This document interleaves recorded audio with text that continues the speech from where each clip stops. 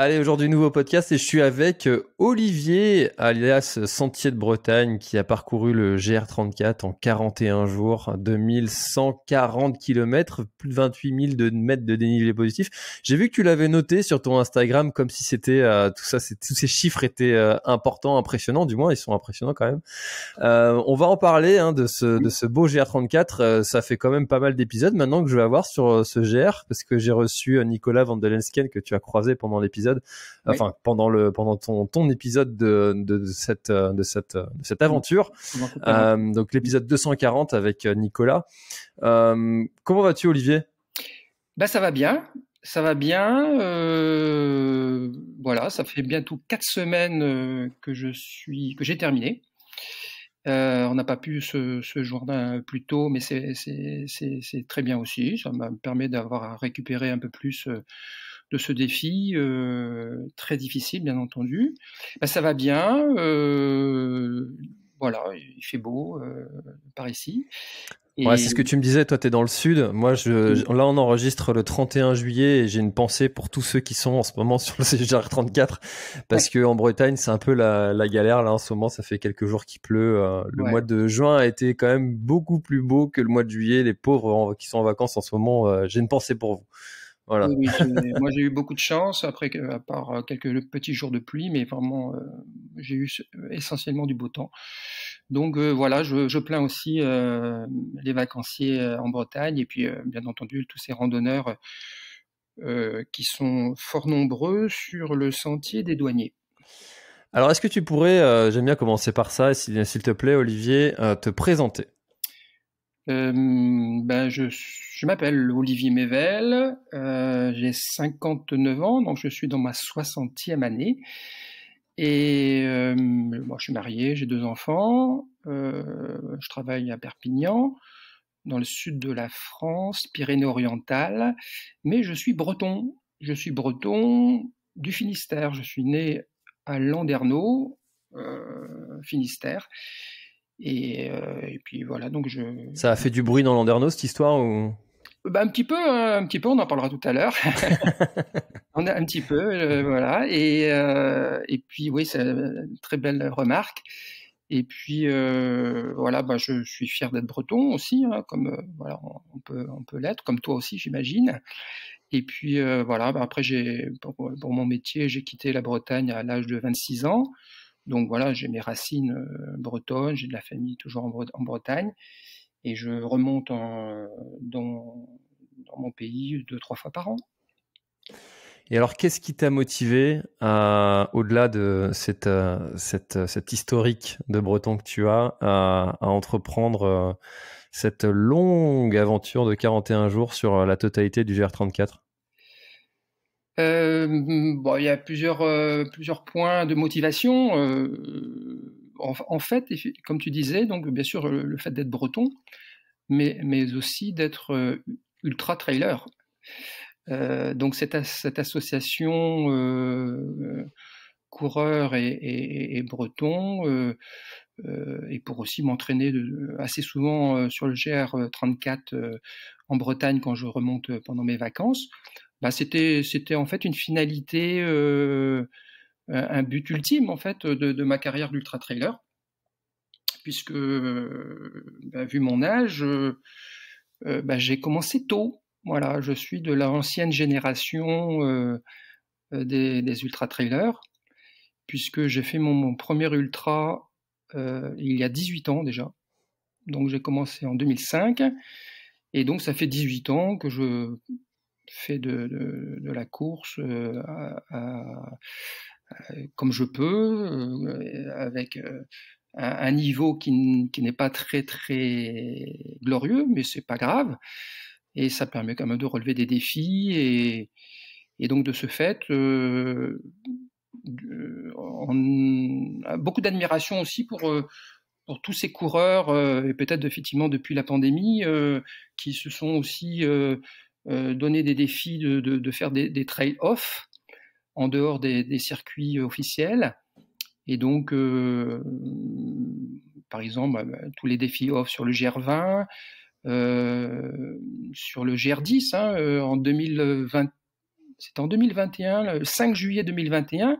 J'ai même accompagné Eric Lavry sur la première étape de son record du GR10, la Transpyrénéenne. Donc ça m'avait marqué, voilà, super. Ce coureur élite là qui partait, et donc je l'ai accompagné sur les sentiers que je connaissais bien, bien sûr, dans les PO. Il y avait même François Den aussi qui avait tenté de faire un défi sur le GR34 aussi à cette époque-là, mais qui avait été contraint par le Covid de renoncer. Ça s'appelait le Cap Ouest, le défi Cap Ouest sur le GR, donc il l'a pas fait.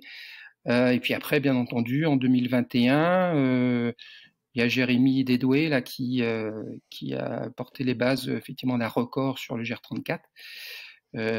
J'étais même en Bretagne à ce moment-là en vacances quand il s'était lancé du Mont Saint-Michel. Donc voilà, ultra trailer et breton, ça devait un jour me mener sur ce défi. Alors, toi qui as connu le trail il y a 18 ans, est-ce que tu dirais que, parce que ça c'est un sujet, c'est un débat, les points de vue divergent, qu'est-ce que tu dirais de l'esprit trail est-ce qu'il a évolué, changé, et si c'est mieux, c'est moins bien, qu'est-ce que t'en penses toi avec ton regard de plus long terme? Je dirais non. Je dirais plutôt non. Ça, c'est toujours aussi bien. C'est toujours aussi bien. Les courses ultra renommées, elles sont bien aussi parce que voilà, il y a de la sophistication, il y a du clinquant, il y a du professionnalisme. Et puis les autres ultras que je fais aussi régulièrement, ils restent amateurs, ils restent ancrés sur le terroir régional. Voilà, c'est sympa aussi, c'est comme avant, ça n'a pas changé. Non, je trouve que l'évolution, voilà, bien sûr, il y a une évolution générationnelle. Il y a de plus en plus de coureurs jeunes aussi sur ces ultras, ce qui n'était pas trop le cas quand j'ai débuté. Il fallait au moins avoir 40 ans pour faire des ultras. Il y a une évolution effectivement générationnelle. Il y a effectivement des marques aussi qui s'impliquent dans le trail running. Moi, je dirais plutôt que il y a de tout pour tout le monde. Voilà, on peut faire son choix, faire des courses locales, régionales, et faire aussi des courses de prestige. Voilà, donc il y a pour tous les goûts. Ouais, c'est vraiment la parole que j'essaye de distribuer, de dire il y en a pour tous et tout le monde. C'est vrai que il y a quelques années, il y a 10 ans, 20 ans, tu pouvais faire que finalement des courses qui étaient assez confidentielles. Maintenant, tu as de tout, tu as des grands spectacles, c'est comme si il y avait que des petits concerts qui existaient avant et maintenant tu as aussi des Olympiades, des Stades de France, voilà. Et puis si t'aimes pas aller dans la foule du Stade de France, il y a toujours le petit concert dans le bar du coin qui continue d'exister. Ouais. C'est vrai, il y en a pour tous et chacun. Pour tous les goûts. Voilà. Alors quand l'idée est arrivée de faire ce GR34, quelles ont été les premières questions, quelles ont été les premières peut-être inquiétudes aussi et que tu as eues, et comment est-ce que tu as fait pour les soulever? Donc la préparation avant ce défi, ça s'est fait simplement, de façon calme. Bon, effectivement, déjà, donc, on peut dire ça d'emblée, c'est que vu mon niveau, je savais très bien que j'allais pas battre le record du GR34. Alors je me suis dit, tiens, ça serait peut-être pas mal de faire le GR dans l'autre sens. Ça, c'est une base d'emblée là que je me suis dit, tiens, tout le monde fait le GR34, on pourra en parler encore plus tard, mais du Mont Saint-Michel jusqu'à Saint-Nazaire, et donc je me suis dit, tiens, ça serait sympa en tant que trailer de faire le chemin en sens inverse. Donc voilà, donc je partais sur cette base-là. Alors, je te coupe, mais pourquoi est-ce qu'on fait ça dans ce sens-là? Et pourquoi est-ce qu'on fait pas dans le tien, dans le sens Saint-Nazaire? Est-ce que tu sais, s'il y a une raison particulière ou c'est parce que c'est comme ça? Ben, c'est un petit peu traditionnel, effectivement, de le faire dans le sens nord-sud, du Mont Saint-Michel jusqu'à la Loire-Atlantique. Mais c'est tout bête, hein, quand tu fais le chemin, les balises, elles sont dans les deux sens. Hein. Et oui. Et oui. Et bah, toi, sur ton grand raid du Finistère, hein, quand tu pars de Morgade jusqu'au Cap de la Chèvre, les randonneurs, ils sont pas perdus. Hein.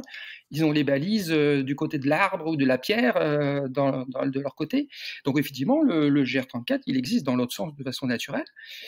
Mais c'est vrai que effectivement, c'est une tradition. On part du Mont Saint-Michel et on va vers l'ouest.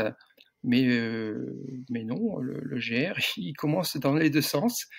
Il y a un départ aussi de Saint-Nazaire. Donc voilà, après, je savais aussi pertinemment que la plupart des quelques trailers qui avaient fait le GR34 en entier en courant, ça se compte sur les doigts d'une main. Hein. Bah ouais, ils étaient tous partis du Mont Saint-Michel. Voilà, on va tenter dans l'autre sens. Et voilà, après c'était aussi peut-être à mon niveau modeste de porter les bases d'un temps de référence sur ce parcours sud-nord. Et que d'ailleurs, personnellement, je pense que si j'avais à le faire, je le ferais dans ce sens-là, parce que l'arrivée au Mont-Saint-Michel est quand même plus belle que l'arrivée à Saint-Nazaire, je trouve. Ouais, tout à fait. Après, comme diraient d'autres personnes, le départ aussi est plus joli du Mont-Saint-Michel, mais effectivement, pour l'avoir vécu le 5 juillet dernier, c'était fabuleux, quoi. C'était fabuleux, des frissons. Il y avait pas des spectateurs, il y avait beaucoup de spectateurs, bien entendu, mais qu'ils n'étaient pas là pour moi. Mais c'était vraiment génial, effectivement, cette arrivée. Et puis on pourra parler de la spécificité de ce parcours dans ce sens-là. Et il y en aura à mon avis. Donc voilà, donc défi sportif. De porter cette base-là et dans ce sens-là. Mais après, donc la préparation calme, sereine, à mon niveau, un entraînement adapté. Et puis, et surtout, ce que j'ai voulu compenser par effectivement quelques capacités un peu inférieures aux autres, et malgré quand même mon expérience quand même de plusieurs années, c'est quand même de compenser par la connaissance, en fait, la connaissance du parcours de façon exhaustive. Voilà, donc vraiment, en tant que Breton, en plus moi j'adore la géographie, j'adore la géologie, j'adore les cartes géographiques, j'aime bien voilà, être bien orienté en fait. Voilà. Et donc j'ai potassé le parcours sur le bout des ongles. Et donc en fait, ça rend plus serein, tu vois. Hein, quand tu pars dans une aventure comme ça et que tu connais vraiment déjà à l'avance le petit port que tu vas croiser 10 km plus loin, tiens, là, fais attention, ça va tourner à gauche, te trompe pas. Donc voilà, donc j'ai potassé ça à fond. Et donc ça m'a rendu effectivement hyper serein. Et puis aussi très dans la progression de ma course, ça m'a rendu aussi très comment dire super motivé à chaque kilomètre, quoi. Voilà, parce que je savais que j'allais voir un panorama extraordinaire dans tant de kilomètres. J'allais faire des photos magnifiques. Voilà, chaque jour, ça a été ça. Et ça m'a apporté tout le défi. Parce que je savais déjà à l'avance, sans vraiment connaître certaines parties du parcours, ça m'a aidé, ça m'a motivé parce que je savais que j'allais voir des super trucs dans tant de kilomètres. Et ça, c'était un avantage énorme. Et voilà, après, De quoi tu t'es servi comme outil ou site internet ou pour justement faire ces étapes et pour cartographier un petit peu toute ton aventure? ouais, bah, effectivement, sur mon Instagram même, j'avais fait le roadbook jusqu'à justement la fin de ton grand raid du Finistère. J'ai fait le roadbook sur 1100 kilomètres à peu près, les 1100 premiers kilomètres, kilomètre par kilomètre. Voilà, donc j'ai étudié ça essentiellement sur Géoportail et Google Street View, et déjà pour repérer les routes, les chemins, etc. Et effectivement, on voit tout hein, sur le Street View de Google, Google Earth, Google Street View de Google simplement. Géoportail, voilà. Donc j'ai étudié le parcours entièrement et jusqu'à Lanvéoc exactement. Et donc voilà. Donc, mais ouais, ça m'a beaucoup aidé après parce que effectivement, je me souviens très bien souvent sur le parcours, bah tiens, attention, là tu vas tourner à gauche, attention, là tu vas tourner à droite. Donc là, de ce côté-là, j'ai pas perdu beaucoup de temps, tu vois. Et je me suis pas trompé souvent non plus. Voilà. Donc et puis voilà, c'était une manière de se motiver. Hein. Bah, souvent dans les ultras que je fais aussi, je repère le parcours à l'avance aussi. Hein. Bah, ça c'est un peu comment dire, mon défaut ou mon avantage, c'est que à chaque fois que je fais un ultra, j'étudie toujours le parcours parfaitement, quoi. Voilà. Tu dis défaut ou avantage, alors c'est quoi, défaut ou avantage? Bah, défaut, bah, ça fait un petit peu le type qui passe beaucoup de temps à étudier la cartographie. Après, bon, non, je pense que c'est important. Hein. Je veux dire, un des grands navigateurs qui font la traversée de l'Atlantique ou le tour du monde à la voile, etc., ou des grands trekkers aussi, bah, il faut étudier, hein, il faut étudier le parcours, faut essayer de minimiser un peu les surprises. Voilà, donc non, non, bah, je pense qu'en ultra, c'est important de ne pas partir à l'aventure les yeux fermés, faire juste confiance aux balises, comment dire, aux rubalises, etc. Voilà, enfin, moi je trouve que c'est un avantage de faire ça. Après, faut aussi aimer la géographie, il faut aimer lire les cartes, il faut, voilà, faut être un peu passionné de ça, quoi. Et c'est le cas, voilà. Donc voilà, donc j'ai étudié le parcours parfaitement bien, et puis après, je me suis fié à mon expérience de coureur, et puis après, je me suis entraîné aussi pendant les 6 derniers mois avant la course, je me suis entraîné beaucoup, quoi. Voilà. Parce que tu avais donc un suivi live Open Runner qui était en place. Du coup, tu avais donc la trace sur ton téléphone Oui. et mais bon, j'imagine que principalement tu suivais le balisage du GR qui a suffi à suivre la trace ou Oui, ouais, finalement tu ouais, c'est devais ça. ouais, ok. Oui, oui, non, après, il faut rendre hommage à la Fédération française de randonnée hein, et surtout aux bénévoles de la FF Rando, donc Bretagne en l'occurrence. Vraiment, le balisage est très bien, donc ça suffit à suivre. Après, voilà, bah, il faut être quand même très attentif aux balises pour pas se tromper quand même. Voilà, donc les balises sont là, mais des fois, vaut mieux avoir un topo guide. Tous les randonneurs qui font les sentiers de randonnée, ils ont un topo guide, hein, que ce soit en Bretagne ou ailleurs. Hein. Il faut quand même un support téléphone ou un support papier pour déjà avoir une idée. Bah, tu tournes à droite, tu tournes à gauche.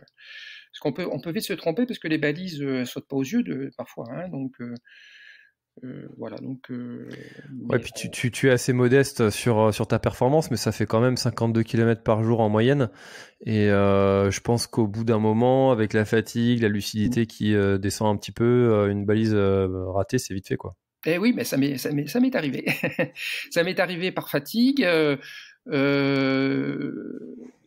mais ça m'est arrivé par des fois, bah, elle est où la balise quoi je la cherche. Et donc il y avait deux chemins et bon, voilà, j'étais obligé de regarder sur mon téléphone. Ouais. Heureusement que j'avais Open Runner pour ça. Ouais, j'ai allumé mon téléphone quand même assez souvent. Voilà. parce que effectivement sur la trace Open Runner, on avait le bon chemin à suivre, quoi. Voilà.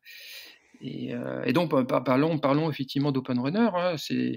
Donc effectivement ça a été formidable, hein, vraiment. Je conseille à tout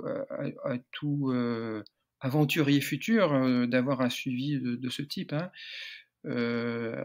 Bon, déjà le suivi live, c'est vachement motivant. Tu sais que autrui peuvent te suivre, c'est-à-dire tes parents, tes amis, tes collègues de travail, etc. Donc c'est un suivi en direct jour après jour. Voilà, donc la trace, tu l'as sur ton téléphone. Donc si tu as besoin, tu peux, pour éviter de se tromper, on vient d'en parler. Ça permet aussi d'authentifier aussi ton parcours, hein, parce que la trace, elle est imprimée sur le téléphone jour après jour. Donc ça authentifie que tu as réussi à faire le parcours. Et puis aussi, j'ai une anecdote aussi, c'est aussi une sécurité. C'est une sécurité parce que ça nous est arrivé une fois avec mon assistance, on en parlera tout à l'heure. On a eu une panne, parce que moi je suis sur Orange, hein, voilà, peu importe, hein. Et donc il y a eu une panne, un bug Orange sur la presqu'île de Ruiz, du côté de Sarzeau, dans le golfe du Morbihan. Et donc c'était en plus en fin de journée, donc je devais terminer, il était 19h, 19h30. Et donc mon assistante devait venir me chercher. Et il n'y avait plus de téléphone. Donc le téléphone ne marchait plus. Et en fait, ils m'ont retrouvé grâce au suivi live. Et donc ça a été une sécurité, hein, parce que j'étais un petit peu dans la pampa de la côte nord de Sarzeau, là. Et donc ils m'ont trouvé comme ça. Voilà, j'ai pu pas finir trop tard, quoi. Voilà. Donc c'est vrai qu'on n'y pense pas trop souvent, parce que c'est vrai que maintenant le réseau téléphonique est quand même sacrément bien couvert en France. Il y a peu de zones maintenant où on capte pas. Mais c'est vrai que ça apporte une sécurité supplémentaire. Alors, je vais apporter un petit bémol avec une expérience perso sur ce suivi avec Open Runner aussi. Ils m'ont accompagné sur une traversée du GR20 en 3 jours.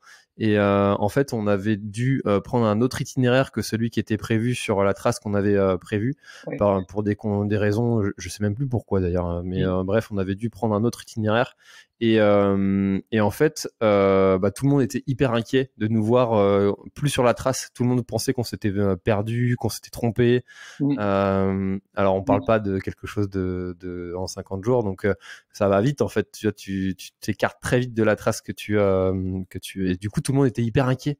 Et nous on pouvait pas communiquer avec ces gens-là. Donc après au bout d'un moment ils nous ont vu revenir dessus, donc ça a rassuré tout le monde. Mais en fait c'est dans la communication en amont en fait de bien dire aux gens qui vont suivre le live, si vous voyez que je m'écarte un peu, paniquez pas. Ça m'est arrivé aussi, hein, sur plusieurs zones. Surtout qu'avec ce suivi live, on pouvait, au niveau cartographique, on pouvait quand même zoomer, hein, donc on pouvait quasiment suivre la trace kilomètre par kilomètre, ou quelques centaines de mètres par centaines de mètres. Et donc plusieurs fois, il y a eu des variations de balisage in situ sur la trace du GR34, hein. Et donc par exemple, c'était dans les Côtes d'Armor, c'était du côté de Plouzéoc. Et effectivement, il y avait une pointe qu'on a chantée, parce que le balisage disait non, passage dangereux, la pointe est fermée. Et puis tout de suite après, quelques centaines de mètres, j'ai un coup de fil de mes parents. Mais au fait, t'as pas fait le tour de la pointe. Non, vous inquiétez pas, je me suis pas trompé, c'était le balisage, c'était comme ça, quoi. Voilà. Donc voilà, c'était cool, quoi, c'était sympa. Et non, ça a été vraiment extraordinaire, ce suivi live. Et en plus ça a été sur 40 jours, donc c'était un petit peu un feuilleton, quotidien, quoi. Donc les gens qui me suivaient ils étaient un peu addicts à ça. Ils regardaient ça 2-3 fois par jour. Alors, où est-ce qu'il en est aujourd'hui? Oh là là, il a fait que 20 km à cette heure-ci, qu'est-ce qui lui arrive? Ou sinon, voilà, il a déjà fait 50 bornes, super, génial. Voilà. Et ça recommençait comme ça tous les jours. Donc c'était vraiment, pour moi, c'était top. Et puis pour les accompagnants, déjà pour mon assistance sur place, ils avaient cette sécurité de savoir exactement où j'étais pour me retrouver. Et puis après, et puis la famille, les amis, etc. Donc c'était top, quoi. Voilà. Donc merci Open Runner. Ouais, on peut les remercier parce que ils font du très bon boulot, Open Runner. J'ai vraiment beaucoup apprécié en plus les échanges que j'avais eus avec les équipes. Donc super, super d'avoir pu parler de leur service. Ouais. C'est pas un sponsor du podcast d'ailleurs, hein, je tiens à le préciser, mais ça pourrait, hein, pourquoi pas après tout. Alors comment est-ce que, parce que tu vois, quand on prépare comme ça, alors tu l'as dit, tu es assez minutieux sur la préparation, mais l'une des grandes inquiétudes quand on part dans un projet de ce type, c'est de se dire comment est-ce que je vais faire pour me nourrir, pour l'eau, pour m'héberger. Est-ce que tu avais prévu absolument tout, ou est-ce que tu t'es dit les réponses viennent en chemin, je trouverai bien une solution? Non, j'avais tout prévu. Je dis ça de façon modeste, hein, mais pour ce genre de défi, il faut tout prévoir. Il ne faut pas partir à l'aventure façon aveugle. Hein. Je parle d'un défi trail, hein, trail, course à pied, rando active, rando course. On est obligé de tout prévoir de façon comparative avec un randonneur qui part en autonomie avec son sac à dos de 10 kg, avec sa tente, son sac de couchage, etc. Il part en autonomie. Donc là, on part à l'aventure. On part à l'aventure, on est en autonomie totale. Mais pour un défi trail comme ça, comme mes collègues précédents, tu es obligé de tout prévoir. Il faut une logistique, une attendance, il faut une assistance. Donc effectivement, ça se prépare en amont, et tu peux pas partir comme ça à l'aventure. Voilà. Donc tu pars à l'aventure, mais pas à l'aventure. Voilà. Donc effectivement, pour ce genre de défi trail, il faut une assistance. Il faut une assistance, c'est-à-dire quoi? Qu'est-ce que c'est une assistance? Il faut des accompagnants qui vont te ravitailler, qui vont organiser le bivouac ou après, quelle que soit la modalité, hein, du soir. Il faut qu'ils te donnent, qu'ils te nourrissent, il faut qu'ils te blanchissent. C'est une logistique assez importante. Et pour que tu puisses, toi, le coureur, quel que soit le niveau, progresser le plus vite possible, quoi. Voilà, donc ça veut dire, moi quand je partais tous les jours en course, tous les matins, j'avais mon petit sac avec juste une ou deux gourdes et puis une ou deux barres et puis c'est tout, quoi. Donc voilà, je partais le plus léger possible. Et donc parlons de l'assistance. Allons-y. Comment est-ce que tu as fait pour choisir tes compatriotes de voyage? Et oui, ça c'est très important. Pour moi, un défi trail comme ça, course rando active, c'est impossible sans assistance. Donc, il faut une assistance. Jérémy Desdoués, il avait son épouse qui l'a accompagné, il avait ses parents aussi. Tu as eu Nicolas aussi sur ton podcast l'autre jour. Il avait 3-4 personnes aussi en accompagnant. Voilà, il faut une assistance. Donc moi, j'avais mon oncle et ma tante qui ont un van aménagé. Et donc ils m'ont suivi. Ils m'ont suivi sur les 2100 km. Et donc, en fait, pour la logistique du soir, on s'arrêtait dans des campings, donc tous les soirs. Voilà. Donc eux, ils dormaient dans leur van aménagé, et moi, le pauvre petit coureur, je dormais dans une tente. Voilà. Je dormais dans une tente au Ça va les camping. lombaires? Ça va, bah, j'ai pris le meilleur matelas pneumatique qui existe sur le marché. 10 centimètres d'épaisseur, confortable. Voilà. Mieux qu'à la maison? Non, non, pas aussi bien que la maison. Quand même. Mais bien sûr, ouais, effectivement, j'ai pas rechigné sur le prix. Je savais que ça allait durer plus de 30 jours ou 35 jours minimum. Et donc, voilà, il fallait que ce soit confortable. T'as le modèle à nous donner précisément? Bah, c'était un matelas pneumatique autogonflant. Déjà, pour l'assistance, c'est plus facile à gérer tous les matins et tous les soirs. Et voilà, bah, un matelas autogonflant, je ne donnerai pas la marque, mais Si, tu euh, peux, hein. C'est pas un souci, hein. bah, c'était chez Quechua. Le matelas autogonflant, le mieux. Voilà. Bah, vous voyez, voilà, faut juste aller. Et bah, voilà, il était super confortable. Et puis, en tout cas, si j'ai mal dormi parfois, c'était pas à cause du matelas, c'était à cause plutôt des bobos. Donc voilà, donc logistique, voilà, une assistance. Il faut une assistance pour te ravitailler aussi plusieurs fois par jour. Donc on peut parler d'une journée type si tu veux, hein, une Ouais. journée type à partir du deuxième jour, bien entendu. Donc le matin, réveil à partir de 6 heures du matin à peu près. Donc mes parents m'avaient déjà préparé le petit déjeuner à la veille au soir, parce qu'eux, ils restaient dormir le matin, hein. Donc moi, j'étais en autonomie le matin. J'avais le petit déjeuner qui était prêt, une thermos de café, voilà de quoi me sustenter. Ensuite, je faisais un peu de réseau social, parce qu'il n'y a que pendant une demi-heure le matin que je pouvais faire du réseau social aussi pour communiquer un petit peu, pour faire du feedback aussi un peu quotidien.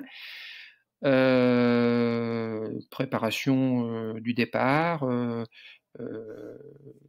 ablution, les toilettes, etc. C'est très important ça aussi, pour pas avoir de soucis intestinaux dans la journée. Ça, tout trailer, tout ultra trailer, sait très bien qu'il ne faut pas avoir de problème digestif. Et donc après départ entre 7 heures et 8 heures du matin, en autonomie, avec mon sac ou une ceinture de portage. Donc partir le plus léger possible, avec une petite collation dans le sac pour passer la matinée. Et puis après, en 12h30 et 13h15, je faisais un arrêt déjeuner, avec l'assistance, bien entendu, hein, l'assistance qui me retrouvait facilement parce qu'il y a le suivi live.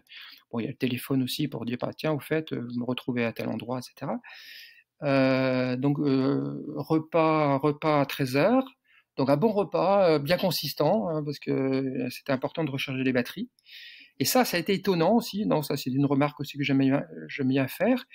Mis à part les 2-3 premiers jours où c'est un peu comme sur les ultras, où tu es un peu écœuré, t'as pas faim, tu as quelques nausées, etc. Donc ça arrive souvent en ultra, hein, quand tu fais un ultra de 2 jours ou 3 jours, bah, t'as pas beaucoup appétit, hein. Mais passé ces 3-4 premiers jours, après, bon, le corps s'habitue. Et c'est étonnant, là, je faisais 30 bornes le matin, enfin le matin jusqu'à 13 heures. Et j'arrive au déjeuner à 13 heures. Donc déjà, ils montaient la petite table de camping, etc., à côté du van. Ma tante avait préparé le repas, un repas consistant, une bonne salade, sandwich, morceau de pizza. Et j'avalais comme un ogre, hein, quoi. C'était incroyable, quoi. Et pourtant, je m'arrête de courir ou de marcher, et tac, un quart d'heure plus tard, je le dévorais, quoi. Aucune nausée, aucun a priori, quoi. Donc ça, le corps s'habitue, donc ça c'était chouette, donc j'ai pu bien me nourrir.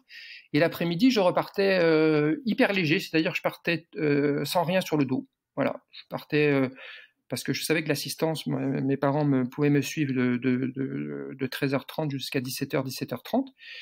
Ils me suivaient de port en port, de plage en plage. Et donc, en fait, ils me ravitaillaient sur une gourde de temps en temps, un petit gâteau, etc.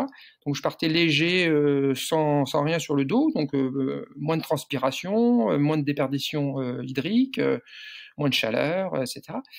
Et donc, et à partir de 17h30, je reprenais un petit peu plus d'autonomie. Donc, éventuellement, je prenais une gourde ou deux, je reprenais mon sac, etc., jusqu'à 19h30, 20h, parce qu'effectivement, l'assistant devait partir installer le camping le soir.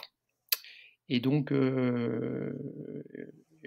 là aussi, le fait d'avoir étudié très bien le parcours, bah, j'avais aussi repéré tous les campings sur le GR34.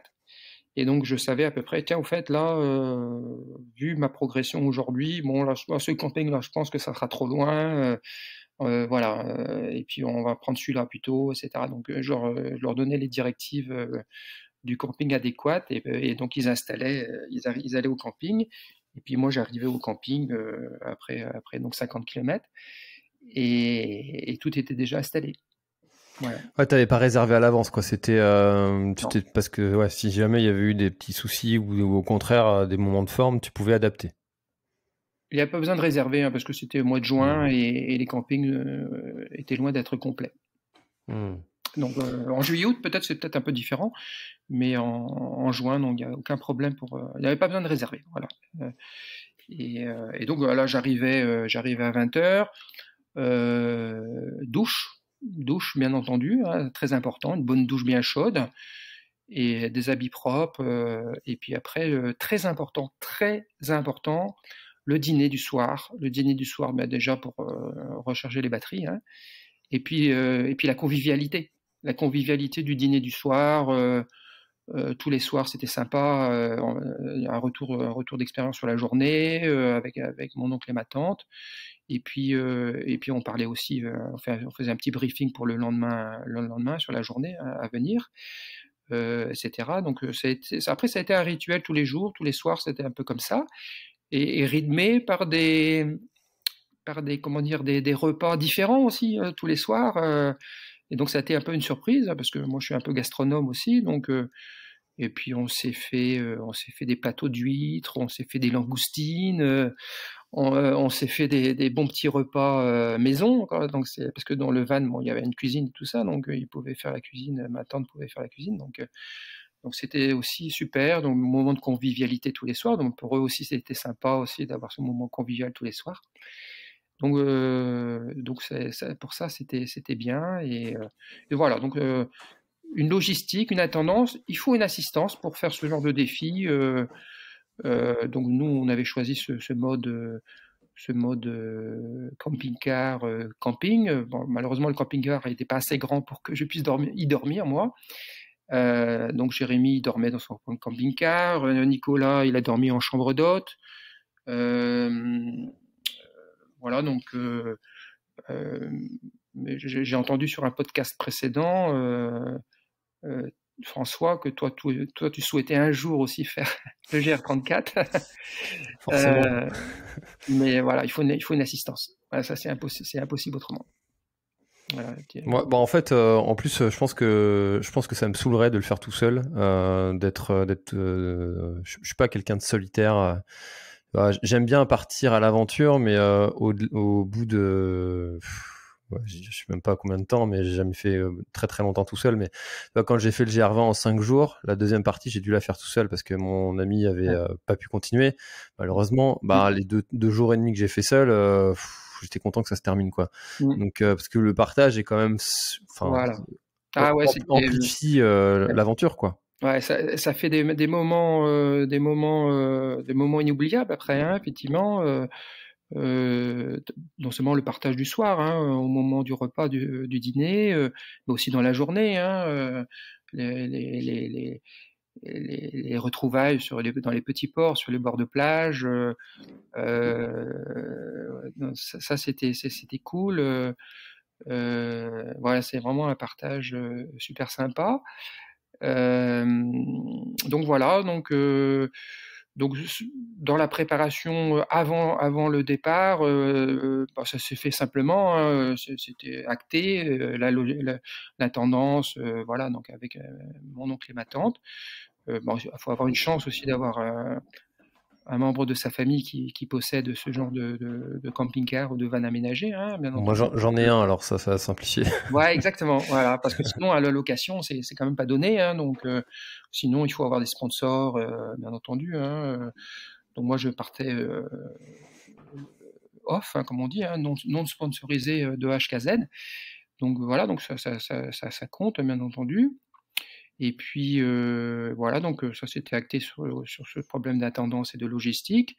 L'entraînement, donc oui, on peut parler de ça effectivement. L'entraînement, je l'ai basé aussi sur mon défi que je faisais sud-nord, puisque tiens-toi donc, François, le savais-tu, le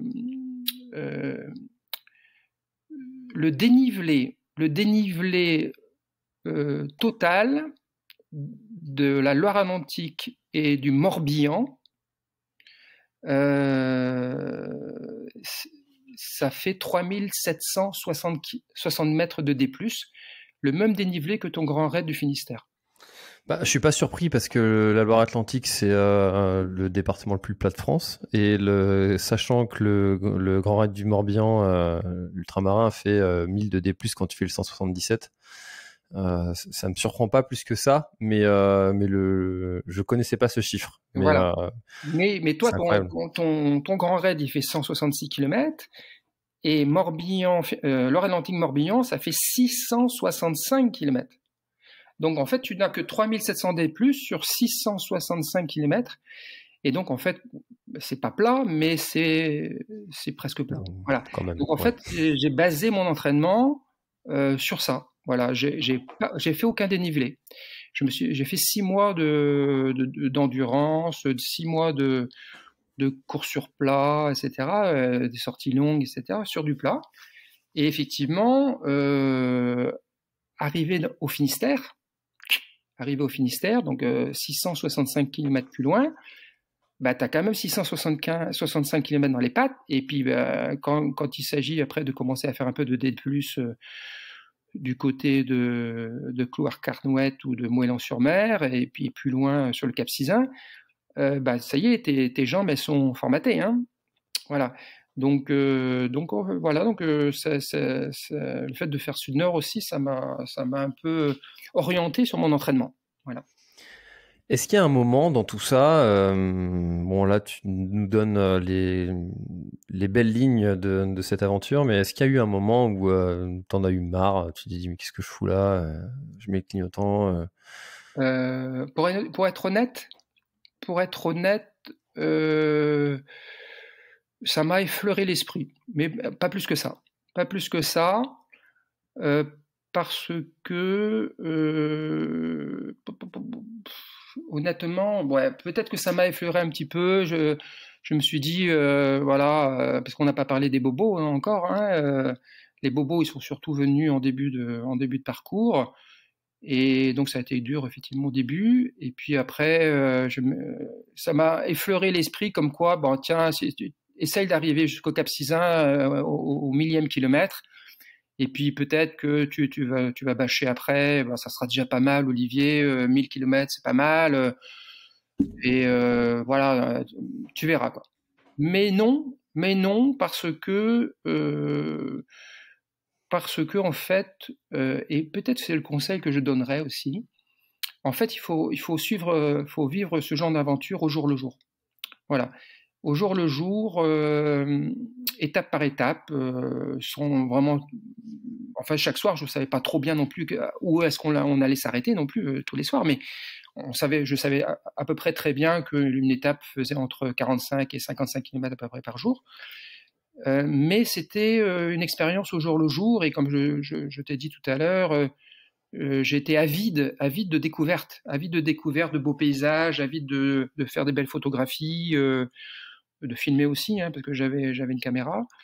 Et donc en fait, j'étais comme un enfant devant le sapin de Noël qui allait découvrir un nouveau beau paysage, quoi. Une belle falaise, un beau coucher de soleil, un beau lever de soleil, un beau petit port, un marée haute, marée basse, etc.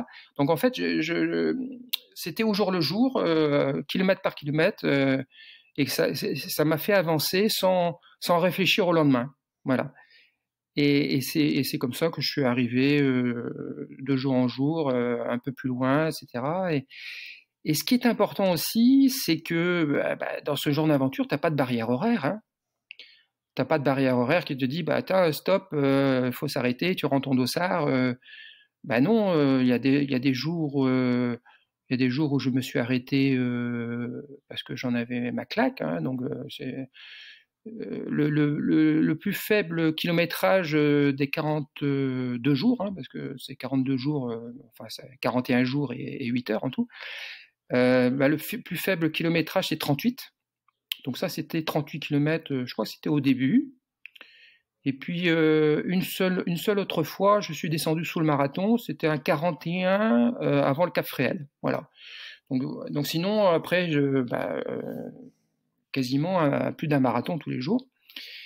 Et donc, voilà, j'avançais au jour le jour. Et puis, quand il fallait s'arrêter, je m'arrêtais. Oui, ce dont je n'avais pas parlé aussi tout à l'heure, c'est que malheureusement, c'est vrai que l'idéal, c'était de s'arrêter sur un camping tous les soirs. Mais ça, il est quand même arrivé souvent où soit c'est l'horaire qui est déjà trop tardif, ou soit que tu es un peu trop fatigué le soir, tu t'arrêtes à un endroit où il n'y a pas de camping. Et donc, tu arrêtes ton chrono parce que donc entre guillemets, c'était un petit peu officiel hein, sur Open Runner. Donc, tu arrêtes le chrono Open Runner, pam, mais tu te retrouves comme par exemple au Cap Sizun, je me suis arrêté à la pointe de Brézélec, que tu connais, juste après la pointe du vent. Je me suis arrêté pointe de Brézélec et l'étape était à Douarnenez. Hein, donc, tu vois, donc je me suis arrêté. C'est pas la portion la plus facile du GR. Hein. Et non, c'est pas la portion la plus facile du GR. Donc tu vois, donc il y a quand même, c'est arrivé souvent, et donc ça c'est pas l'idéal. On va en parler. Tu t'arrêtes, il faut venir te chercher. Il faut venir te chercher le soir. Donc soit c'était souvent mon oncle et ma tante qui venaient me chercher. Là c'était mon cousin qui est venu me chercher parce que à Douarnenez j'ai dormi dans un lit. Parce que j'ai mon cousin qui habite Douarnenez. Donc là c'était mon premier lit après 1000 km. Donc c'était génial. Et ce qui est important, après, le lendemain matin, il faut te ramener à l'endroit où tu t'es arrêté. Et oui. Donc ça aussi, point de Brézélec-Douarnenez, tu avais 30 minutes de voiture. Hein. Donc l'idéal, effectivement, c'était de pouvoir s'arrêter à un camping, parce qu'après, le lendemain matin, tu étais en autonomie, ça te permet à ton assistance de ne pas se réveiller tôt, et de partir du camping, et aussi souvent de partir plus tôt. Hein. Et donc, des fois, tu avais un quart d'heure, une demi-heure, jusqu'à même, on a eu 3 quarts d'heure de route, une fois. C'était dans le Morbihan. Je m'étais arrêté à la pointe de Penbe. Dans le Morbihan. Et puis, on avait notre camping à Ambon, à Bétaon. Voilà. Donc, il fallait faire le tour par la voie express. Il fallait faire le tour par le barrage d'Arzal. Et donc, en plus, quand on est arrivé au barrage d'Arzal, le barrage d'Arzal, il était fermé, c'est-à-dire qu'il y a les bateaux qui passaient, donc le pont était monté, donc on a attendu 20 minutes. Donc, tu vois, ça nous a pris 50 minutes à peu près pour faire le circuit, pour me relâcher là où je m'étais arrêté la veille. Voilà. Donc c'est pour ça que, en fait, moi, je m'astreignais le plus possible à m'arrêter sur des campings pour que aussi le matin, je puisse partir plus tôt, quoi. Voilà. Donc, voilà. Donc, en fait, non. Pour revenir sur ta question initiale, je dirais plutôt non, j'ai jamais eu envie d'abandonner. Voilà. Mais en même temps, des moments difficiles, c'est un peu logique, compréhensible. Ouais.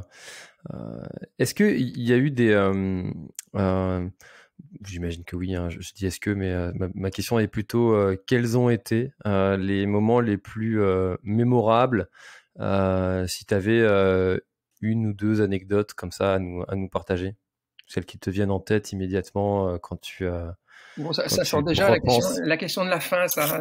Non, pas du tout. J'ai tellement d'autres choses encore à dire. Moi aussi, j'ai plein d'autres questions. Des moments mémorables, oui. Il y en a plein.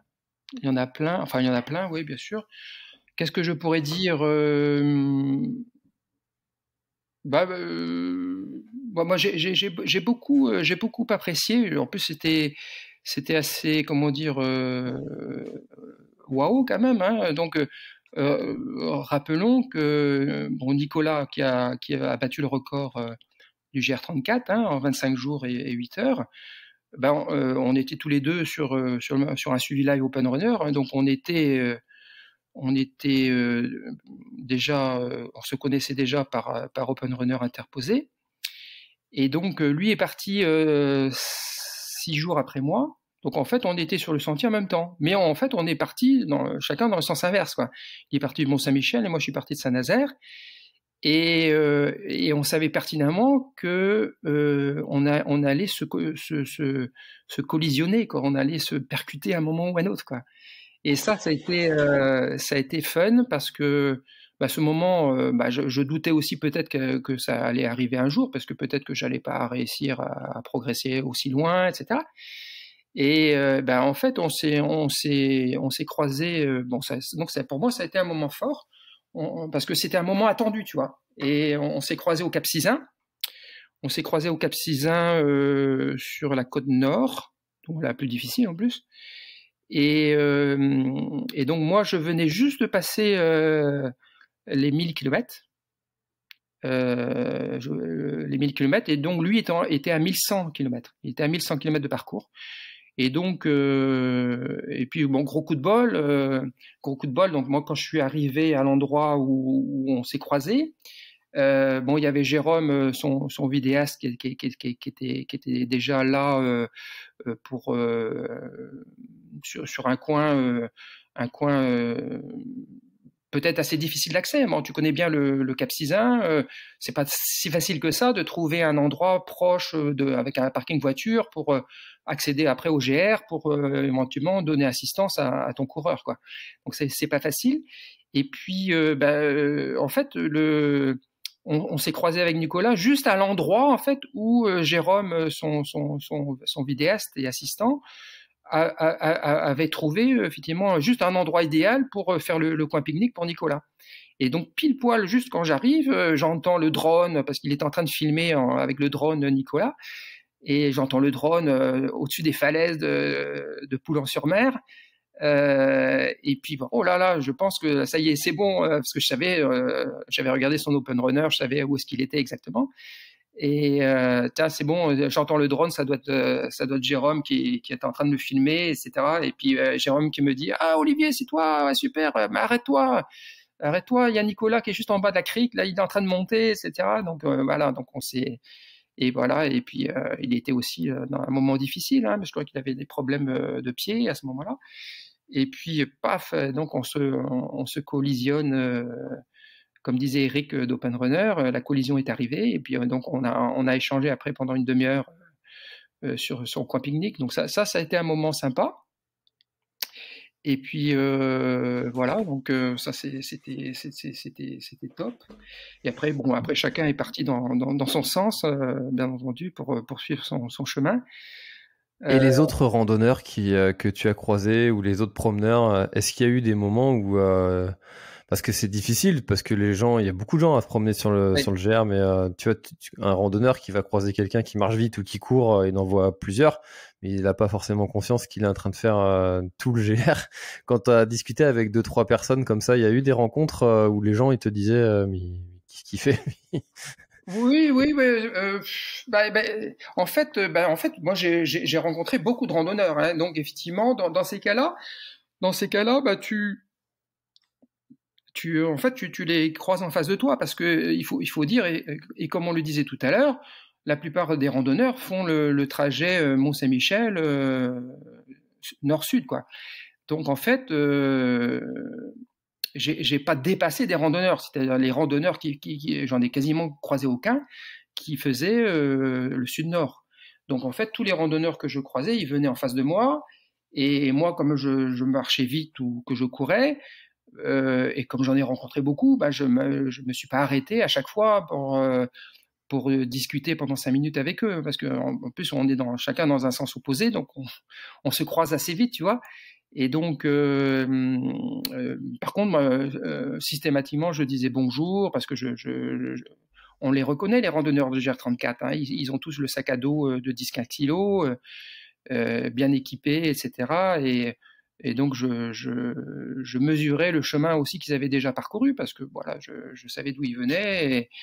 Et donc, en fait, on se saluait brièvement, mais moi, je ne pouvais pas non plus m'arrêter à chaque fois, à chaque randonneur, parce qu'il y en avait quand même beaucoup sur le parcours. Et donc après, par contre, là où je me suis souvent arrêté, c'est quand j'ai croisé des trailers qui faisaient des entraînements sur le GR, des trailers locaux, que ce soit dans les Côtes d'Armor, en Finistère, etc. Et donc, là, je leur disais, tiens, au fait, salut, ça va, l'entraînement, ça se passe bien. Voilà, moi, je leur disais, ça y est, moi, je fais le GR34 en rando course, quoi. Ah bon? Voilà, ils étaient un peu étonnés, effectivement. Et puis voilà, donc on discutait de trois choses, etc. Et puis c'était sympa, quoi. Voilà. Donc, quand c'était des trailers, effectivement, je m'arrêtais pour discuter avec eux. Mais c'est vrai que force est de constater que des randonneurs, dans mon sens à moi, il y en a quasiment pas. J'en ai pas croisé beaucoup, quoi. Voilà. Sauf une fois sur la dernière portion, enfin sur le dernier jour, des randonneurs qui étaient partis de Saint-Malo et qui arrivaient au Mont-Saint-Michel. Effectivement, j'ai pas manqué de leur poser la question. En fait, c'est étonnant. Vous faites la rando dans ce sens-là. Et donc voilà. Donc sinon, autre moment mémorable aussi, et ça aussi, je pensais peut-être voir jamais arriver en fait, parce que c'était quelque chose que je n'imaginais peut-être pas possible d'aller aussi loin. C'est en fait, je suis allé me recueillir sur la tombe de mes arrière-grands-parents. C'était à Roscoff, en Finistère. Donc là, on est à 1200-1300 km à peu près déjà. Et donc, mais je m'étais promis que si j'arrivais jusqu'à Roscoff avant de partir, bien entendu, j'irais sur la tombe de mes arrière-grands-parents, parce qu'en fait, le cimetière de Roscoff, c'est un vieux cimetière en fait, qui se trouve. Il y a le mur du cimetière qui est au bord du GR34. C'est quand même étonnant. Et il se trouve à la partie nord de la ville de Roscoff. Et donc, je m'étais dit, si je passe là, si j'arrive jusque-là, j'irai me recueillir sur la tombe de mes arrière-grands-parents. Et donc, je l'ai fait et j'en suis fier. Donc, c'est vrai que ça doit être un moment émouvant, parce qu'en plus, t'as la fatigue, un peu à fleur de peau quand c'est comme ça, j'imagine. Donc tout est un petit peu amplifié, et il doit y avoir une certaine fierté aussi d'être arrivé jusque-là sur ce chemin. Donc, oui, parce que si j'étais là à ce moment-là, c'était aussi grâce à eux. Parce que si mes arrière-grands-parents n'avaient pas existé, j'aurais jamais été là non plus. Donc voilà, c'était vraiment un moment que je m'étais promis de faire, et puis ça s'est réalisé. Donc voilà, j'en suis fier, et donc ça c'était mémorable, effectivement.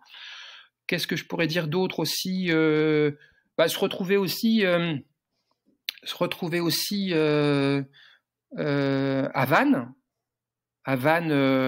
passer à Vannes, en plus dans ce sens-là, dans le sens sud-nord, passer sur le quai nord de Vannes, lieu de départ de l'ultramarin. Ça fait drôle, donc c'est comme si je débutais vraiment sur la ligne de départ de l'ultramarin auquel j'ai participé plusieurs fois. Je me retrouvais sur la ligne de départ, mais j'avais déjà plus de 300 km dans les pattes, tu vois.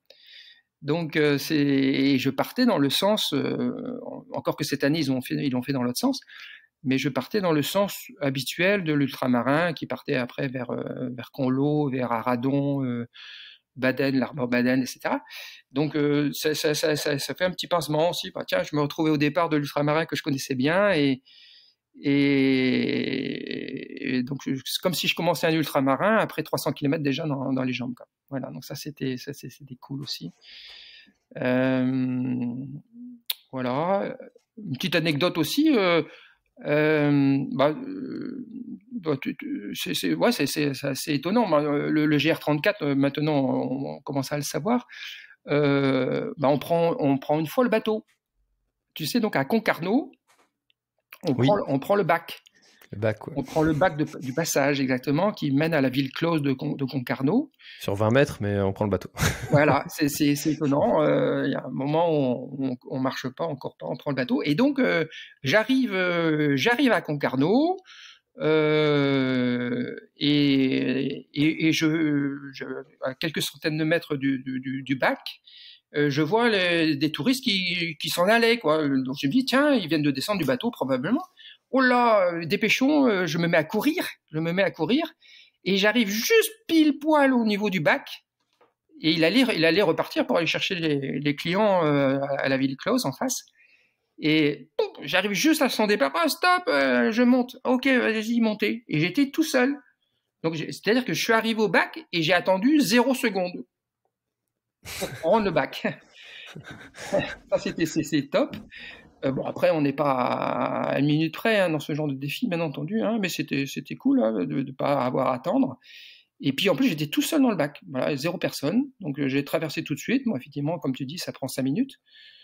Et puis après, j'ai traversé la ville close avec tous les touristes, etc. Donc c'était cool. Voilà. Et puis après, je suis parti vers la forêt Fouesnant, etc. Voilà. Donc ça, c'était un moment aussi sympa. Voilà. Ça, c'est les moments un peu cool, quoi. Après, Est-ce que tu as eu enfin, j'imagine l'entretien des pieds, des ouais. frottements, comment est-ce que tu as géré tous ces soucis entre guillemets, soucis de santé qu'on connaît quand on fait des aventures longues comme ça? Bah oui, c'est vrai qu'on en a pas parlé, mais je l'ai esquissé tout à l'heure, mais ça a été terrible, hein. Mais je pense que c'est l'apanage de tous les coureurs qui ont fait ce genre d'aventure, hein. Je sais pas si tu as vu le film de Jérémy, hein, Pérégrination bretonne. Si, j'ai vu, ouais. On le voit déjà avec une ampoule au pied à J2, hein. Bon, certes, il avait pris la pluie au deuxième jour, les pieds mouillés, mais voilà. Donc en fait, oui, c'est l'apanage de ce genre de choses. Et puis c'est drôle, hein, quasiment les seules fois où j'ai pris des ampoules, c'est en Bretagne en fait. Voilà, je ne sais pas si le fait qu'il y ait l'association chaleur, hygrométrie, fait ou peut-être avec la poussière, le sable, etc. sur le passage sur les plages, etc. On chope plus facilement des ampoules qu'en montagne. Voilà, c'est un peu mon avis. Et donc en fait, ça a été terrible. Ça a été terrible, terrible, terrible. Donc dès le 3e jour à peu près. Ouais, 3e jour, donc déjà passage dans le Morbihan. Bon, des ampoules, hein, des gros feux tricolores, quoi. Mais bizarre, uniquement au pied gauche. Voilà. Grosse ampoule. Voilà, donc il a fallu gérer simplement. Voilà, simplement, je me suis pas pris la tête. Bon, j'avais déjà expérimenté ça sur l'ultramarin notamment. Puis je savais que ça allait arriver de toute façon. Et donc en fait, j'ai géré ça simplement parce qu'en fait, ces ampoules, même si elles étaient parfois importantes, notamment sur la plante du pied, mais à la partie distale de la plante du pied, les ampoules, elles faisaient pas mal en fait. Elles étaient juste gênantes. Voilà. Voilà. Donc j'ai pas eu mal avec les ampoules, mais c'était une gêne à chaque pas, hein, bien entendu, hein. Et en fait, j'ai géré ça simplement, juste une hygiène irréprochable. Donc bien nettoyer tous les pieds tous les soirs, de la pommade cicatrisante. Mais sinon rien, pas de pansement, pas de combi, rien du tout, hein, vraiment. Et j'ai même, façon un petit peu rigolote, un petit peu ironique ou un petit peu comment dire, fantaisiste, j'ai appelé ça le syndrome que j'ai réinventé, le syndrome du grognard napoléonien. Qu'est-ce que c'est que ce syndrome? Je l'ai inventé en fait. Est-ce qu'il y a d'autres fous qui peuvent faire effectivement 2000 km de marche ou de course avec des ampoules aux pieds sans vraiment les soigner, quoi. N'importe quel ultra-trailer qui a des ampoules, il fait son 100 km ou 160 km, ou après s'il fait le tour des gens, c'est un peu plus long, bien entendu, mais après il s'arrête, il se repose à la maison, il soigne ses pieds, etc.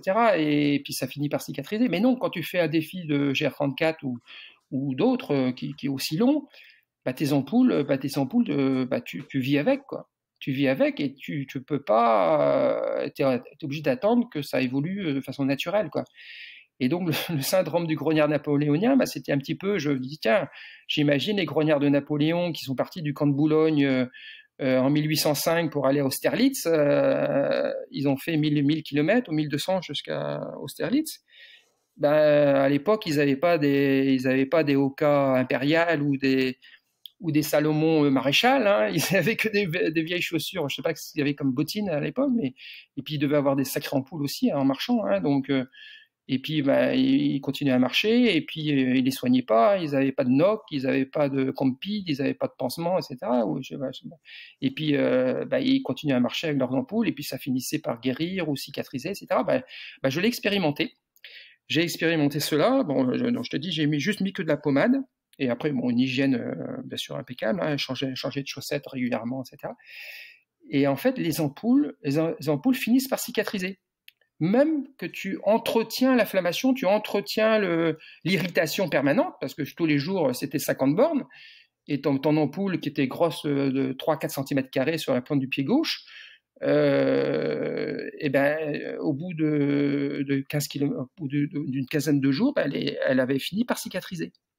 Ça, c'est étonnant quand même. C'est dingue ça. Ouais. Donc, s'il y a des podologues qui nous entendent, s'ils veulent faire un mémoire de fin d'études sur cette particularité, je rigole. Mais ouais, donc j'ai expérimenté cela. Effectivement, les ampoules ont cicatrisé. Parce que souvent, en fait, quand j'ai reçu des podologues, hein, sur le podcast, et quand tu leur parles de continuer sur une ampoule, ils te parlent de comment ça peut dégénérer, mais rarement de comment ça peut cicatriser si tu insistes dessus, quoi. Et oui, parce que personne n'expérimente jamais ça, hein. Non. Parce que on s'arrête, hein, habituellement on s'arrête et puis on se repose. Là effectivement, les 42 jours que j'ai fait, j'ai pris aucun jour de repos, hein. Et pourtant, j'avais ma famille au téléphone. Ah, Olivier, tu devrais quand même t'arrêter 24 heures, machin, truc. Non. Et donc, effectivement, c'était tout le jour. On remettait le couvert tous les jours, quoi. Voilà. Donc, voilà. Donc, ampoule au début. Et apparemment, je pense que c'est inéluctable, hein. Nicolas aussi, il le disait, hein, qu'il a eu des ampoules aussi, hein. Tout le monde a des ampoules dans ce genre de choses. Et puis j'ai une tendinite aussi, une tendinite au coup de pied droit pendant quelques jours aussi, donc ça c'était un peu pénible. Mais sinon ça s'est bien passé, hein. Au niveau des jambes, des cuisses et tout ça, il n'y a pas eu de problème. Si, j'ai eu 2 chutes aussi. J'ai fait 2 chutes, tu sais, sur des moments de fatigue, tu prends un pointu, un petit caillou, un rocher, etc., sur le parcours en trottinant ou en courant, et après tu t'affales. Moi, j'appelle ça le caillou qui traverse la route. Voilà, c'est ça, exactement.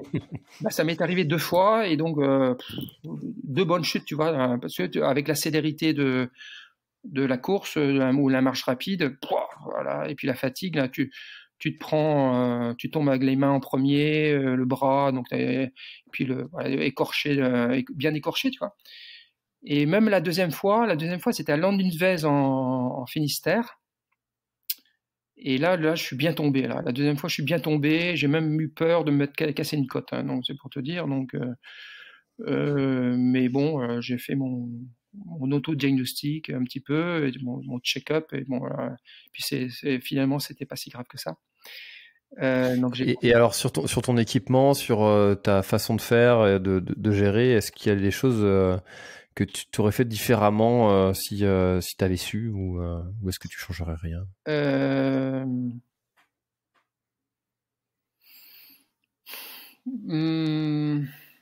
Bon, c'est difficile à répondre. Je pense que le fait de l'avoir fait en 41 jours, je suis à mon niveau. je suis à mon niveau de trailer, voilà. Et donc j'aurais rien changé parce que en fait j'ai essayé d'avancer toujours au plus vite, bien entendu, en rando course, marche rapide, etc. Qu'est-ce que j'aurais changé? Bah, je pense qu'effectivement l'idéal peut-être c'est d'avoir peut-être un confort pour dormir le soir un peu meilleur que dans une tente.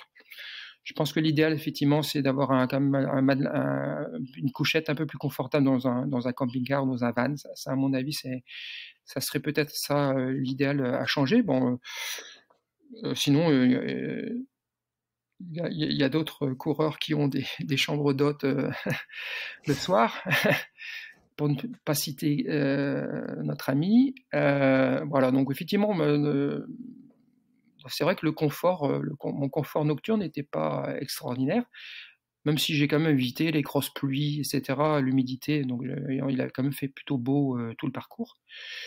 Voilà, bon, le confort du soir, ça serait à changer à mon avis, mais sinon après, au niveau matos, il faut des bonnes chaussures, hein, il faut des bonnes chaussures dans lesquelles tu aies confiance.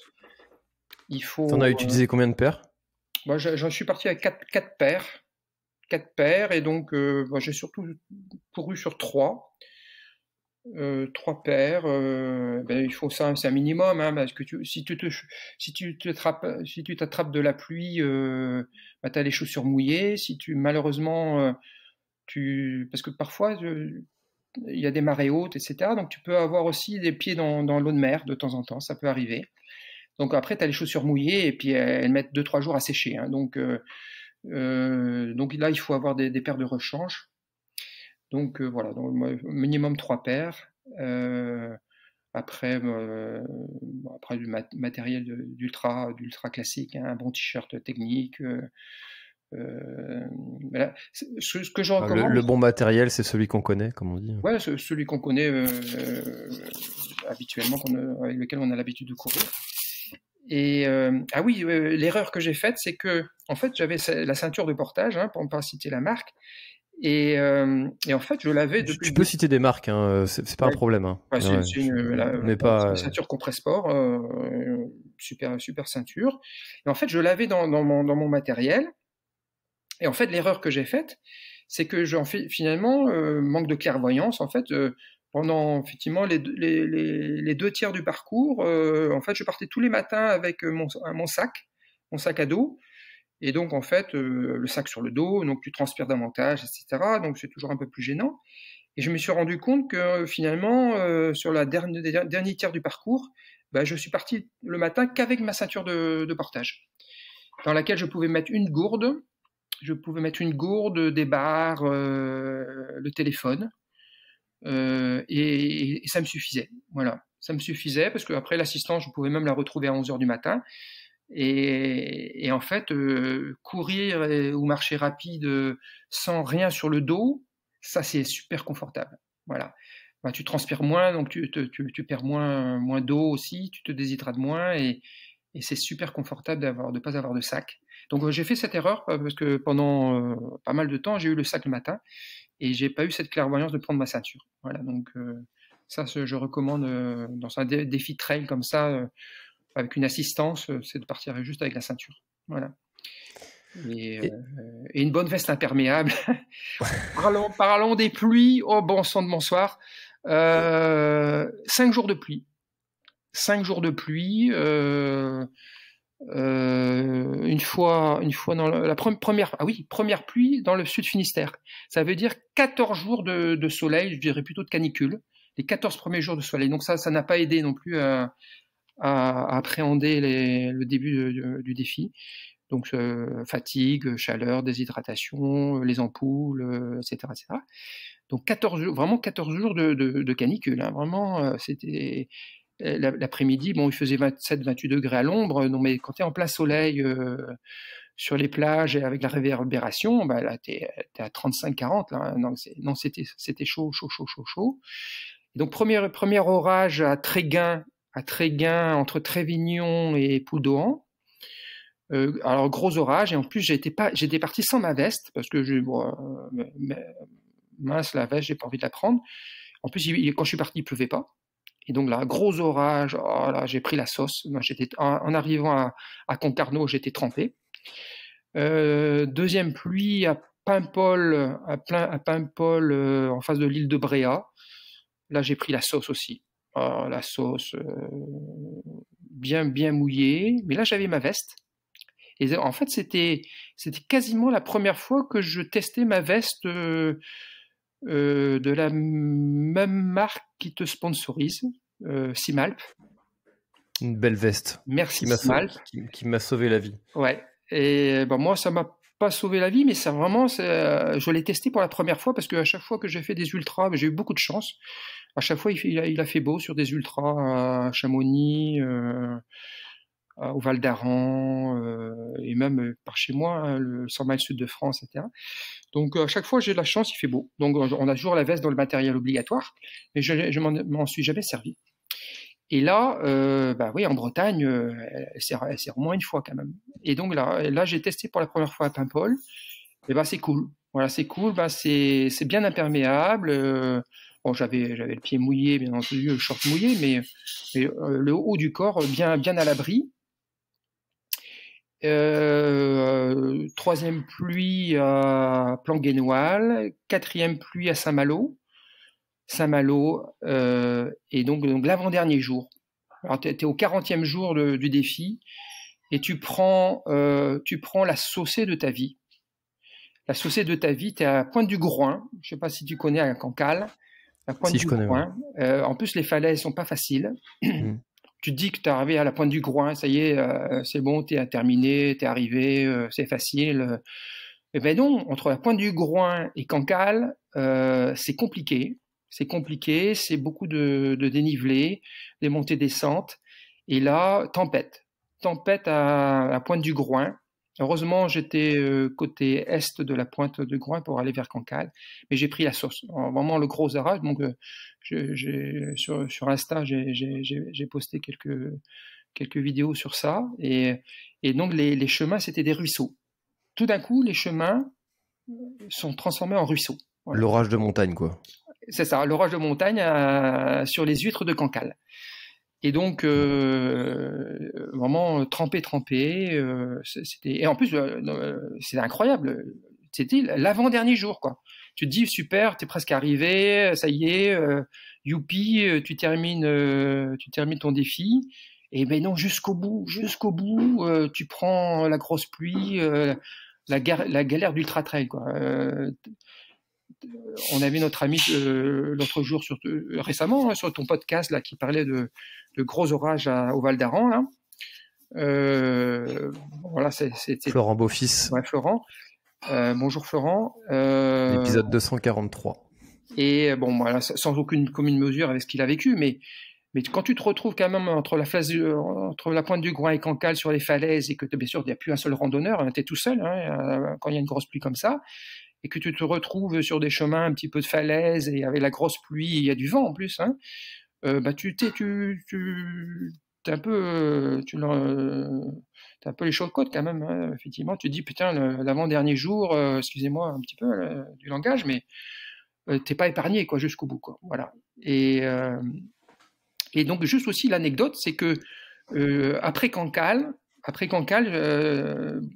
tu continues un petit peu, et là, bon, sur Défi Sud-Nord en tout cas, tu te dis, ça y est, tu vas arriver à l'endroit où tu arrives au dernier semblant de falaise. Des 2100 km, c'est les dernières falaises que tu vas rencontrer de ton défi. Ça y est, tu plies bagages, c'est terminé, le dénivelé, c'est terminé, parce qu'après, la dernière étape, jusqu'au Mont-Saint-Michel, après, c'est plutôt du plat, hein, bien entendu. Et l'anecdote, c'est que au dernier semblant de falaise, ça c'était au niveau du château Richeux. Ça aussi, c'est pour la FF Randonnée, si jamais ils nous écoutent. Au niveau du château Richeux, à Saint-Méloire-des-Ondes, donc juste avant d'arriver sur le plat à 0 mètre de dénivelé positif, hein, t'as un semblant de dernier rocher, de falaise, etc. Et juste là, j'arrive à marée haute, et en fait le sentier, le GR, passer normalement sur la plage pour contourner la pointe rocheuse pour arriver là où c'était terminé le dernier rocher, c'était fini, 2100 km pacté, quoi. Eh ben non, marée haute, impossible de passer au dernier rocher.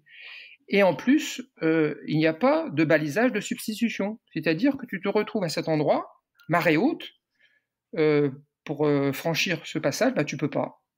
Et il était hors de question que je me mette, parce que la marée c'était un gros coefficient en plus à ce moment-là, donc je pouvais pas passer à pied. Hein. En Donc, mode swimrun, hein, ça part. ouais, ça aurait pu être du swimrun. Mais non, j'ai pas pris ce risque. Et donc, en fait, il n'y avait pas de balisage de substitution pour marée haute, à cet endroit-là en tout cas. Donc, ça serait bien qu'ils en mettent un la prochaine fois. Et en fait, bah, tu te retrouves à passer à travers champs pour aller contourner la pointe, quoi, sur un balisage. Enfin, il n'y a pas de balisage, donc sur un chemin que tu te retrouves toi-même, quoi. Voilà. Donc, comme si en fait le GR ne voulait pas me libérer, tu vois.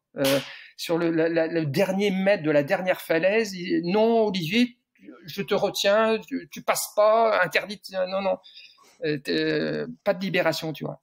Gandalf sur le pont. Vous ne Voilà. passerez pas. Exactement, bah, c'était ça. Hop, sur la galère. Voilà. Et bon, après j'ai passé. Et puis après, la dernière étape, ça a été plutôt du plat, quoi. Voilà, effectivement. Donc ça, c'était une anecdote aussi où on voulait pas me libérer de mon aventure.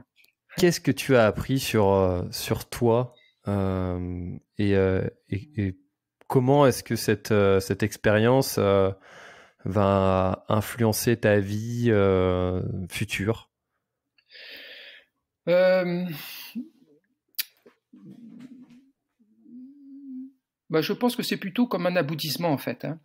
C'est plutôt un aboutissement et je pense pas que ça influence particulièrement. Je suis plutôt fier hein, d'avoir effectué ce parcours, surtout en tant que Breton. C'est quand même symbolique, hein, le GR34. C'est une épreuve difficile. C'est une épreuve difficile et c'est pas à prendre à la légère. C'est très contraignant. Voilà. Donc je suis plutôt fier. Et comme voilà, effectivement, comme ça fait longtemps que je participe sur des ultras, c'est plutôt un aboutissement, quoi. Je veux dire de carrière. Voilà, je pense que je peux pas faire mieux, si tu veux, en termes de distance, de difficulté, de contraintes quotidiennes. Voilà, c'est plutôt un accomplissement d'une carrière d'ultra trailer depuis 18 ans. Voilà, donc je suis fier et puis je suis fier aussi de transmettre cela à mes enfants, quoi. Parce que bon, bah, maintenant mes enfants, où qu'ils aillent en Bretagne sur la côte, mais ils pourront se dire, bah tiens, papa est passé par là, quoi. Voilà. Il y a pas un mètre de la côte bretonne où je ne suis pas passé. Donc voilà, voilà, où qu'ils aillent un jour ou l'autre. J'espère avoir aussi des petits enfants, voilà, et bah, le grand-père, le père. Ah, vous savez, votre arrière-grand-père, ben, il avait fait le tour du GR34. Ben, tu vois, on est venu en vacances dans le Gord du Morbihan. Ben voilà, votre grand-père, il est passé par là. Ah bah voilà, vous êtes au Cap Fréhel, bah, ouais, votre papa est passé par là, etc. Donc voilà, c'est une fierté. C'est une fierté, et puis une fierté de connaître vraiment bien la Bretagne maintenant. Bon, je parle de la Bretagne côtière, bien entendu, parce que la Bretagne du centre aussi est très belle, bien entendu. Mais la Bretagne côtière, ben, je la connais maintenant. Voilà, je la connais et bien sûr, tu me poseras la question, quels sont les plus beaux endroits, Olivier, que tu as préférés. Et voilà, donc ouais, non, je suis fier de connaître vraiment le sentier des douaniers. Je dirais, je le connais bien maintenant. Voilà, et j'en connais toutes ces difficultés. Et donc, je pense que c'est un défi, si un jour d'autres personnes se lancent dans ce défi, bah, c'est dur, hein, c'est dur, vraiment c'est dur. Après, bon, j'ai pas le niveau des élites, bien entendu, mais même pour un élite, c'est difficile aussi. Voilà. Donc je pense. Et donc on n'a pas parlé, François. On n'a pas parlé, François, de, à mon avis, de la particularité de ce Sud-Nord. Voilà. Dis-moi, moi pour moi c'est surtout le dénivelé justement qui est minime au départ et qui est important à la fin, et puis c'est aussi en fonction du sens des vents qui peut aussi apporter certaines particularités. Tout à fait. Tout Mm. à fait, effectivement. Il y a les vents, bien entendu, qui peuvent jouer, surtout sur la côte nord, Finistère, Côte d'Armor. Hein. Si tu as le vent dans le dos, effectivement, vent d'ouest, c'est beaucoup plus facile. Mais effectivement, bon, j'ai vaniteusement comparé cela à des alpinistes, hein, qui font, voilà, qui font une voie montagnarde, la voie sud ou la voie nord. Bah, c'est pas pareil. Monter au sommet, bah, c'est la même altitude, mais si un alpiniste ou un himalayiste choisit une voie différente, bah, c'est pas pareil. C'est pas pareil. Imagine ton grand raid du Finistère, bah, si tu le fais dans l'autre sens. Si tu commences par Crozon, bah, c'est pas pareil non plus. Voilà, effectivement, moi je pense que bah, déjà le record nord-sud de Nicolas, bah, il va être difficile à battre. Il va être difficile à battre, mais bon, voilà, ça va stimuler quelques élites et quelques bons coureurs. Il y a Eric Lavry déjà, hein, qui veut s'y coller, Ouais. et qui à mon avis va poser va poser son style, hein, sur le GR, et puis Je pense que le connaissant, il va mettre tout le monde d'accord. il va mettre tout le monde d'accord, effectivement. Donc, voilà. Qu'est-ce que tu as fait à l'arrivée? Est-ce que moi je sais pas, je terminerai un truc comme ça, je ferai je pense que je ferai une grosse fête avec tous ceux qui m'ont accompagné, mais il doit y avoir quand même derrière un petit sentiment de vide, de tiens, demain on repart pas. Qu'est-ce qui s'est passé à cette arrivée? Oui, bah, ça s'est passé comme ça, effectivement.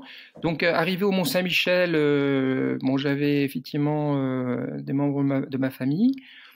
Vous savez, maintenant, au Mont-Saint-Michel, on ne vient plus en voiture jusqu'au bout. On prend la navette, hein, on prend une navette pour aller jusqu'aux abords du Mont-Saint-Michel. Donc là, j'avais ma famille qui m'attendait. Bon, j'avais le drapeau breton pour terminer les derniers kilomètres de l'aventure. Donc là aussi, les Normands du Mont-Saint-Michel, ils ont ouvert grand les yeux. C'est quoi cet hurluberlu qui arrive avec son drapeau breton en courant, voilà. Donc en fait, voilà, donc c'était super sympa à l'arrivée au Mont-Saint-Michel. Et en fait, le soir même, en fait, je suis rentré sur Nantes. Je suis rentré sur Nantes en voiture avec ma famille. Et parce que j'ai de la famille à Nantes, et donc, en fait je devais reprendre l'avion 2 jours plus tard aussi de Nantes. Donc en fait on a fait la fête à Nantes en famille. Voilà. Donc le soir même, on a ouvert le champagne. Voilà. Donc c'était cool. Bien mérité en tout cas, ce champagne. Donc Après c'était cool, et voilà. Et puis je le redis, effectivement, cette arrivée au Mont-Saint-Michel. En plus, tu le vois de loin, en plus, hein, donc il te fait languir, hein, quand tu arrives sur l'épaule d'air du Mont-Saint-Michel à 10-15 km. Bah, tu vois déjà le Mont-Saint-Michel de loin, hein, mais il n'est pas encore là, quoi. Et puis tu es un peu fatigué, donc difficile de courir. En plus, le chemin, il est pas facile à courir, parce que surtout quand tu es fatigué, bon, voilà, il y a quand même pas mal de mottes de terre, etc. Donc c'est pas facile à courir, mais tu le vois de loin, et donc tu savoures, quoi, tu savoures l'approche, etc. Et donc c'était cool, quoi, pour ça. Et donc voilà, donc c'était un beau défi, une belle aventure, difficile, vraiment difficile, beaucoup plus de temps à se remettre quand même, hein. Quand tu fais un ultra, quand tu fais par exemple le Grand Raid du Finistère, hein, je pense qu'en 3-4 jours. Tu feras l'année prochaine, j'imagine. Peut-être. Peut-être. Oui, ça serait sympa. Hein. C'est vrai que maintenant je connais. Je l'ai fait. Je l'ai fait dans l'autre sens. Pas fait le Ménésum. J'ai pas fait le Ménésum, effectivement.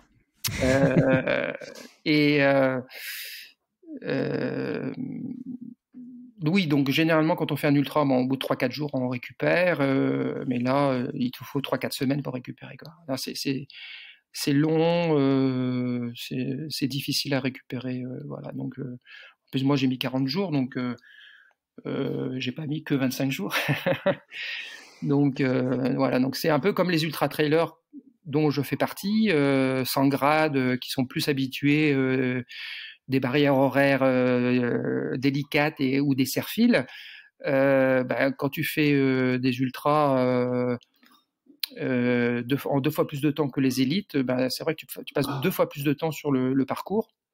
Donc voilà, tu as sans doute 2 fois plus de temps pour récupérer, quoi. Donc effectivement, là, moi j'ai trouvé dur la récupération effectivement de ce défi et voilà. Donc par contre, je le recommande aussi parce que c'est vraiment magnifique et ça se passe en France. Les paysages sont magnifiques. Vraiment, et chaque jour on en prend plein les yeux.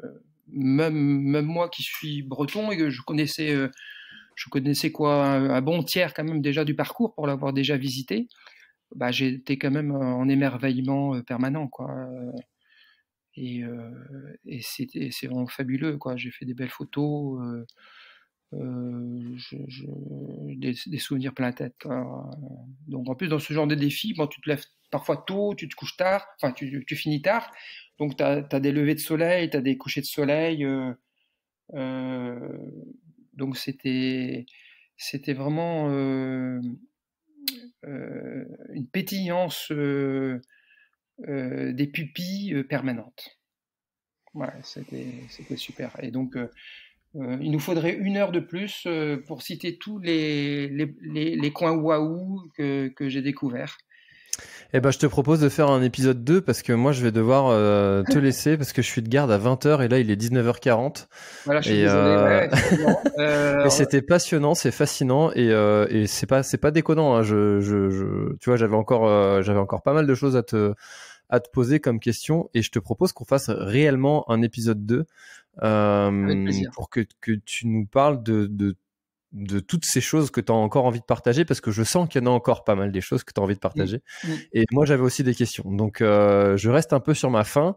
Mais malheureusement, le temps, là, m'est compté. Ça m'arrive rarement, mais tu vois, là, voilà. Écoute, Olivier, on va pas clôturer comme d'habitude avec la question de fin. Si tu avais quelque chose à ajouter pour clôturer notre échange, je te propose qu'on reste là-dessus. On fait comme si on faisait pause et ce sera notre partie 1 et on fera une partie 2 de notre échange. C'est la première fois que je fais ça sur le podcast, mais et si tu es dispo et que tu en as envie, je te propose ça. Qu'en dis-tu ? Avec plaisir, puisque effectivement tu as beaucoup de questions encore et moi j'ai encore beaucoup d'argumentation. Et si effectivement, si on peut teaser pour nos auditeurs tout ce que vous avez voulu savoir sur les GR34 sans jamais l'avoir osé demander, attendez l'épisode 2. Puisqu'il y a encore beaucoup de choses à dire et de belles choses à découvrir. Et je vais te laisser à tes occupations. Je te remercie beaucoup, François. Ça a été super sympa. Et surtout, rendez-vous sur l'épisode 2 pour la suite, alors, voilà. Olivier. Et surtout, n'hésitez pas à profiter des dernières heures pour vous inscrire au Grand Raid du Finistère. Parce qu'à 23h59, il sera trop tard. Ah ouais, mais quand l'épisode sera publié, ce sera déjà fini. Exactement. Bon, effectivement, c'était un peu inopportun de ce que mais pour l'année prochaine. Vous venez en bénévole, ça, ce sera toujours bon. Bon, allez, rendez-vous rendez-vous sur la partie 2, Olivier, et puis chers auditeurs, merci d'avoir écouté jusqu'au bout, et puis je suis sûr que la partie 2 sera tout aussi passionnante, donc n'hésitez pas à enchaîner, surtout si vous écoutez cet épisode avec un petit peu de retard. J'aime bien parler de mes auditeurs de 2030 parce qu'ils seront toujours là, donc la partie 2 sera déjà publiée, donc n'hésitez pas à l'écouter. Merci Olivier pour cette partie 1 en tout cas, et rendez-vous sur la partie 2 très très très vite. Merci François. Kenavo.